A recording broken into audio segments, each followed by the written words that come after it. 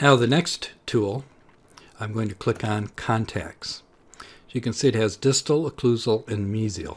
So you don't see anything right now. I'm going to go over to the analyzing tools that we already have turned on, and I'm going to roll this up a little bit because I'm going to turn on the contacts. Now here are the contacts of this tooth. And if, let's say I went to the Move tool, and I moved this up, and this is now in hyperocclusion. I could go in with the circular two-directional, I could go in with the smooth. Of course, I could hit recalculate, but I really don't want to do that. This is the purpose of this, is to show you what the Occlusal Tool does.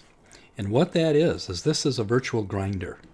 So I can go to Occlusal and left-click on the occlusion, and it actually grinds this down to whatever the parameter is that we set. So it's very, very fast. This happens to be about 25 microns. So whatever we set the parameters to, that will work. I personally, and I'm going to hit Trimmed Model, and if I look here, it's going to say, well, now because I've moved it, this is very hard, or very high. This is very broad, and it's penetrating into the adjacent tooth quite a bit. If I go to the Mesial Contact and hit Mesial, you can see it ground it down to the 25 microns. But just in order to show you, can you see how it also, let's turn off the model contacts.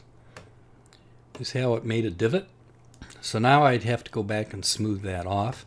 I normally like to go in and just use the smooth tool. We'll give demonstrations to how to actually use these tools. So again, if I'm going to add a little bit to make this even worse, and then I'm going to go to the contact tool, and I'm going to hit distal, and then I'm going to go and shut the contacts off. And that one wasn't too bad, but I don't like these divots. So I don't normally use the occlusal tools.